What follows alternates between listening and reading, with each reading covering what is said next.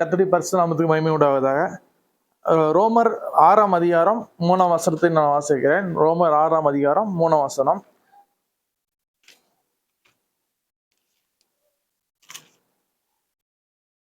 மேலும் பிதாவின் மகிமையினாலே கிறிஸ்து மரித்தோரிலிருந்து எழுப்பப்பட்டது போல நாமும் புதிதான ஜீவனுள்ளாக நடந்து கொள்ளும்படிக்கு அவருடைய மரணத்தில் உள்ளாக்கும் ஞானஸ்தானத்தினாலே கிறிஸ்துவனை கூட அடக்கம் பண்ணப்பட்டோம்.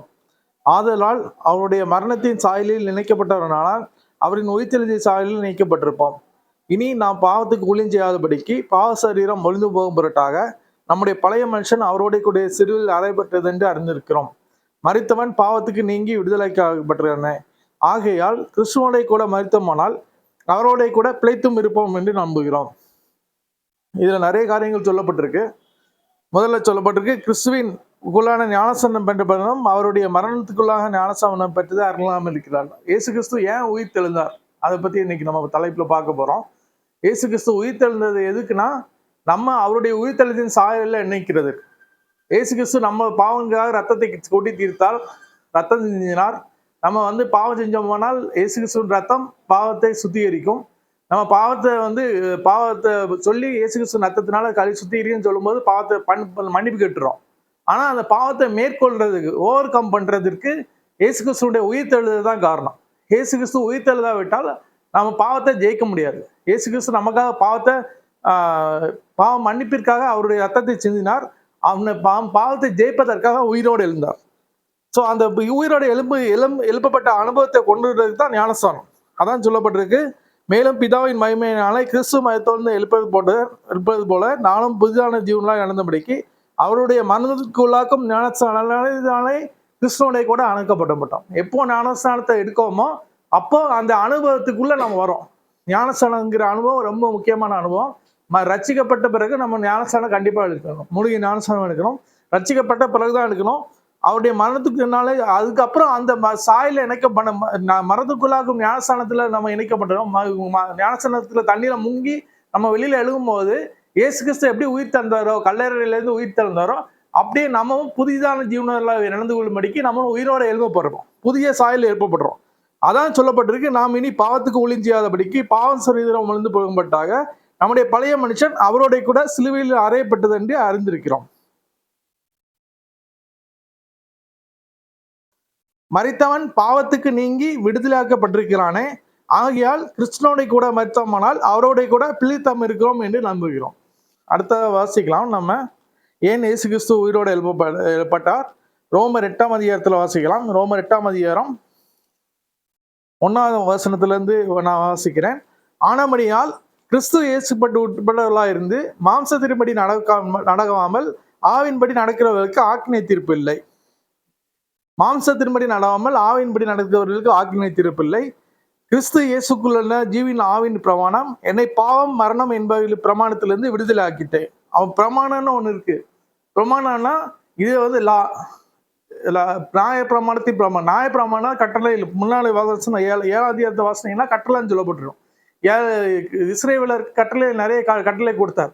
ஆனா அந்த கட்டளையினால அவங்களால நிறைவேற்ற முடியல. ஏன்னா அது அந்த கற்பனை அது சொல்லப்பட்டிருக்கு, அந்த இப்படி இருக்க பாவமானது கற்பனையினாலே சமயம் பெற்று என்னை வஞ்சித்து அதனால என்னை கொண்டுன்னு சொல்லப்பட்டிருக்கு. நியாயப்பிரமாணத்தை மீறுறதே பாவம் தெரியும், பாவத்தின் சம்பளம் வரதான் தெரியும். ஆனா நியாயப்பிரமாணம் கட்டளையில மட்டும்தான் கொடுத்துருக்கு. அதை ஃபாலோ பண்றதுக்கான பலனை கொடுக்கல நியாயப்பிரமாணம். ஆனா நியாயப்பிரமாணம் இருந்தாதான் அது தப்புன்னு தான் செய்யறது தப்புன்னு தெரியும். ஆனா மாம்சத்தின்படி நடவாமல் ஆவின்படி நடக்கிற ஆக்கினை தீர்ப்பு இல்லை. கிறிஸ்து இயேசுக்குள்ளான ஜீவனுடைய ஆவின் பிரமாணம், இயேசு கிறிஸ்து உயிர் தெழுந்ததுனால தான் இந்த ஆவின் பிரமாணமே வந்துச்சு. அந்த ஆவின் பிரமாணம் என்னை பாவம் மரணம் என்பது பிரமாணத்திலிருந்து விடுதலாக்கிட்டு, அது எப்படி எனில் மாம்சத்தினாலே பலவீனந்த நியாயப்பிரமாணம் செய்யக்கூடாது, மாம்சத்தினாலே பலவீனமா இருந்த நியாயப்பிரமாணம் செய்யக்கூடாது. நியாயப்பிரமாணம் என்ன சொல்றது, கொலை செய்யாது. இப்ப புது ஏற்பாட்டுல கர்த்தர் சொல்றார், கோபித் கொள்றதை நியாயம் இல்லாம கோபித் கொள்வதை மரணத்துக்கு உண்டான ஈக்குவலண்டாக கருத்து சொல்றாரு. அப்போ அந்த பிரமாணத்தை நியாய பிரமாணத்தின்படி நம்மளால நடக்க முடியாது. தேவனுடைய கிருபையினால் பரிசுத்த ஆவினால் நம்ம தேவன் மரித்தோரிலிருந்து உயிர் தெழுதினால் மட்டுமே நடக்க முடியும். அதனாலதான் இயேசு கிறிஸ்து உயிர் தெழுந்தார். நம்முடைய மரணகுமாரனுடைய பாவ சாயலாவும் பாவத்தின் பொய்க்கும் வழியாகவும் அனுப்பி மாம்சத்திலே பாவத்தை ஆக்கிரக்காக தீர்த்தால் மாம்சத்தின்படி நடவாமல் ஆவின்படி நடக்கிற நம்மிடத்தில் நியாயப்பிரமாணத்தின் நீதி நிறைவேறும்படி அப்படி செய்தார். ஸோ நியாயப்பிரமாணத்தின் நீதி இயேசு கிறிஸ்து மரித்து உயிரோனதில் எழுப்பப்பட்டதுனால தான் நடந்துச்சு. அடுத்ததாக பார்க்கலாம். 1 பேதுரு 1 அதிகாரம் 3 வசனம்.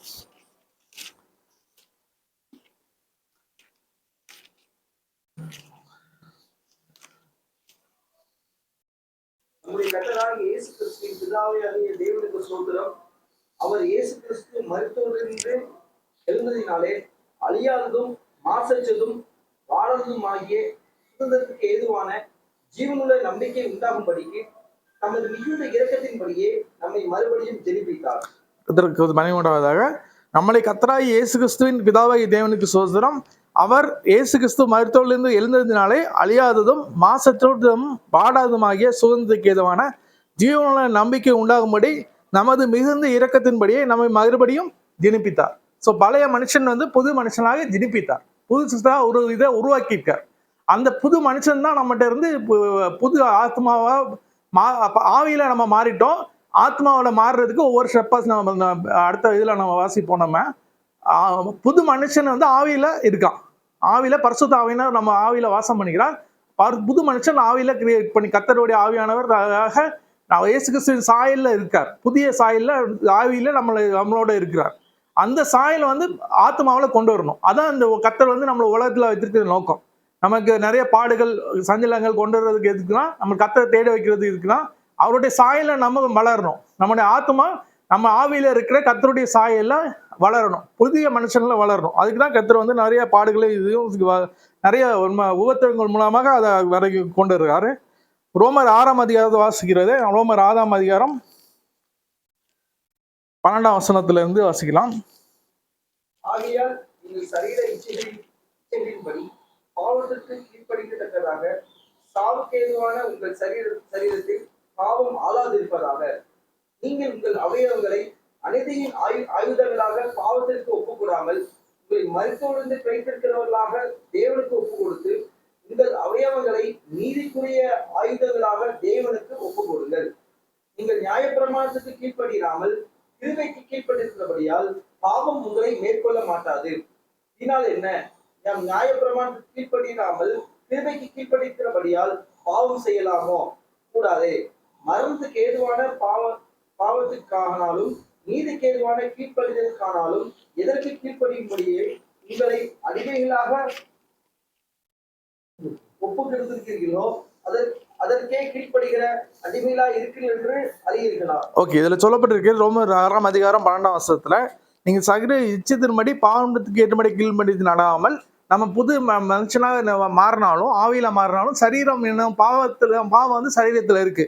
அதன்படி நடவாமல் உங்கள் அவங்கள அவயங்களை அநீதியின் ஆயுதங்களாக பாவத்திற்கு ஒப்புடுகலாமல் உங்களை மருத்துவ பிழைத்திருக்கிறவர்கள். நம்ம ஞானஸ்தானத்தினால இயேசு கிறிஸ்துவினாலே மருத்துவ பிழைத்திருக்கோம். அந்த பிழைத்திருக்கிறவர்களாக தேவனுக்கு ஒப்பு கொடுத்து உங்கள் அவங்களே நீதிக்குரிய ஆகினாக தேவனுக்கு ஒப்பு கொடுங்கள்.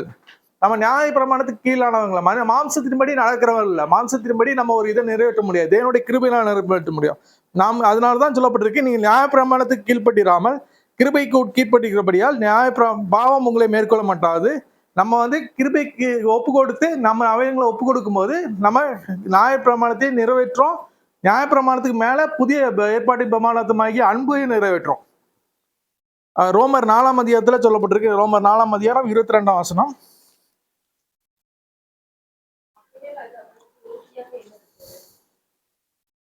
வாசிக்கலாம். 22 இருந்து 25 வரைக்கும். அது அவனுக்கு நீதியாக எண்ணப்பட்டது என்பதை அவனுக்காக மாத்திரமல்ல நமக்காகவும் எழுதப்பட்டிருக்கிறது. நம்முடைய கர்த்தராகிய இயேசு கிறிஸ்துவை மரித்தோரிலிருந்து எழுப்பினவரை விசுவாசிக்கிற நமக்கும் அப்படியே எண்ணப்படும். அவர் நம்முடைய பாவங்களுக்காக ஒப்புக் கொடுக்கப்பட்டும் நாம் நீதிமான்களாக்கப்படுவதற்காக எழுதப்பட்டும் இருக்கிறார். இதுல சொல்லப்பட்டிருக்கு, கிளியரா சொல்லப்பட்டிருக்கு. ரோமர் 4 அதிகாரம் 22 வசனத்துல ஆகியால் அது அவருக்கு நீதியாக எண்ணப்பட்டது.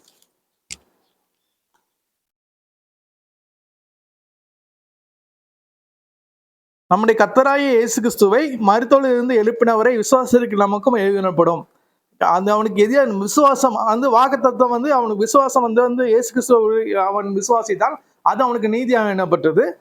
நம்முடைய கர்த்தராகிய இயேசு கிறிஸ்துவை மரித்தோரிலிருந்து எழுப்பினவரை விசுவாசிக்கிறவர்களுக்கு எண்ணப்படும். அப்ப நம்ம இயேசு கிறிஸ்துவை மரித்தோரிலிருந்து எழுப்பினார் என்று நம்ம என்ன செய்யணும்? விசுவாசிக்கிறோம். ஞானஸ்நானத்தினால அந்த அனுபவத்தை நம்ம உருத்தாக்கி கொண்டு வேணும். அதன்படி நடக்கணும். நடக்கிறதுக்கு ஒப்பு கொடுக்கணும். பாவத்தை நம்முடைய சரீரங்களை ஒப்பு கொடுக்காம நீதியின் ஆயுதங்களாக நம்ம ஒப்பு கொடுக்கும் போது கர்த்தர் வந்து நம்மளை ஆவியின்படி நடக்கிறதுக்கு உதவி செய்வார். ரோமர் 6ஆம் அதிகாரம் 4ஆம் வசனத்திலிருந்து 9ஆம் வசனம் வரைக்கும் வாசிக்கலாம். ரோமன் 6ஆம் அதிகாரம். பிதாவின் மகிமையினாலே கிறிஸ்து மரித்தோரிலிருந்து எழுப்பப்பட்டது போல நாமும் புதியான ஜீவனுள்ளாய் நடந்து கொள்ளும்படிக்கு அவருடைய மரணத்துக்குள்ளாகும் ஞானஸ்தானத்தினாலே கிறிஸ்துவனை கூட அடக்கம் பண்ணப்பட்டோம். ஆமா, கிறிஸ்துவனை கூட அடக்கம் பண்ணப்பட்டோம். அவருடைய புதிதான சாயலில் உள்ள அவருக்கு மரித்தோரிலிருந்து எழுப்பப்பட்டது போல நாமும் எழுப்பப்பட்டோம். யோவான் 14ஆம் அதிகாரம் 16ஆம் வசனம். ஏன் இயேசு கிறிஸ்து உயிர் வேண்டி பரலோகத்துக்கு போனார்?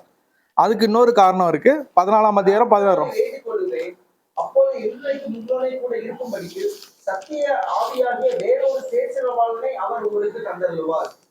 உலகம் அந்த சத்திய ஆவியானவரை காணாமலும் அறியாமலும் இருக்கிறபடியால் அவரை பெற்றுக்கொள்ள மாட்டாது. அவர் உங்களுடனே வாசம் பண்ணி உங்களுக்குள்ளே இருப்பதால் நீங்கள் அவரை அறிவீர்கள். நல்லா கிளியரா கர்த்தர் சொல்றாரு. 16ஆம் வசனத்துல இருந்து 16ஆம் வசனத்துல இருந்து, நான் பிதாவை வேண்டிக் கொள்வேன், அப்பொழுது என்னென்னைக்கும் உங்களுடனே இருக்கும்படி சத்திய ஆவியாக வேறொரு தேற்றுவாரனை அவர் உங்களுக்கு தந்துடுவார். உலகம் அந்த சத்திய ஆவியானவரை காணாமலும் அறியாமலும் இருக்கிறபடியால் அவரை பெற்றுக்கொள்ள மாட்டாது.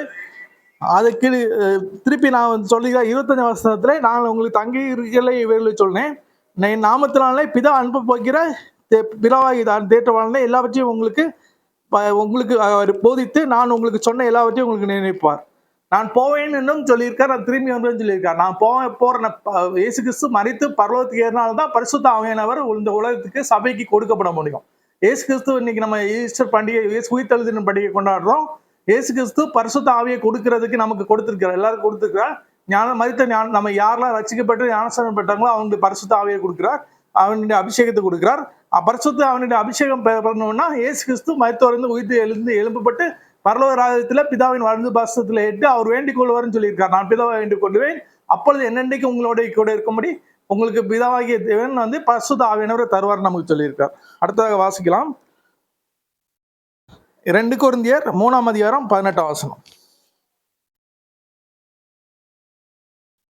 நாம் எல்லாரும் திறந்த முகமாய் கர்த்தருடைய மகிமையை கண்ணாடியிலே காண்கிறது போல கண்டு ஆவியா இருக்கிற கர்த்தரால் அந்த சாயலுக்கு தானே மகிமையின் மேல் மகிமை அடைந்து மறுரூபமாக்கப்படுகிறோம். இதுதான் ரொம்ப முக்கியமான வசனம்.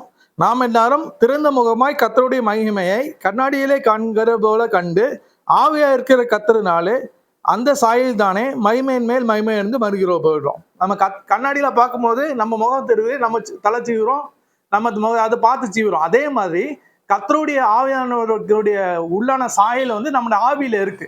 அந்த ஆவியில் இருக்க சாயலை பார்த்து ஒவ்வொரு நாளும் நம்ம வந்து நம்முடைய ஆத்துமாவை மறுரூபப்படுறோம். நம்முடைய வெளியே உள்ளான மனுஷன்ல மறுரூபப்படுறோம்.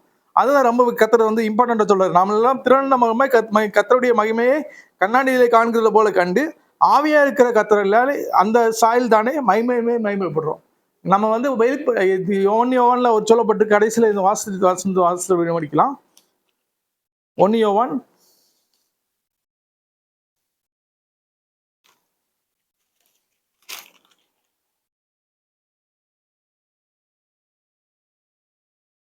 3ஆம் அதிகாரம் 2ஆம் வசனம். பிரியமானவர்களே, இப்பொழுது தேவனுடைய பிள்ளைகளாய் இருக்கிறோம், நீ எவ்விதமாய் இருப்போம் என்று இன்னும் வெளிப்படவில்லை.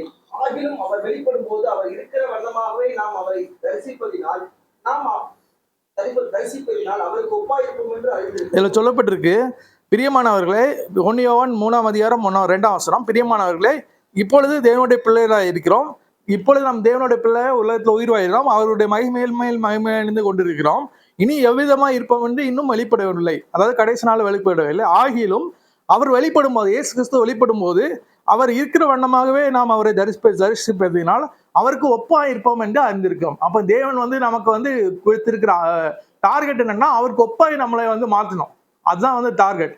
அதுதான் இந்த ஏதேனும் பிசாசம் வந்து மடிஞ்சுனா பிசாசம் வந்து தந்திரமா ஏமாத்துறான். இயேசு கிறிஸ்து மரித்து உயிரோடு எழுப்பப்பட்டு பிதாவின் வலது பாசல வீட்டிலிருந்து அவருடைய ஆவியை நமக்கு ஊற்றி அவருடைய கிருபையினாலே அவருடைய வசங்களை கைக்கொள்ள வைத்து அவருடைய சாயலாக நம்மை மாற்றி பரலோகத்துக்குள்ள நம்ம கொண்டு வருவார். கர்த்தர் எல்லாமே இந்த வார்த்தைகளை ஆசீர்வதிப்பார்கள்.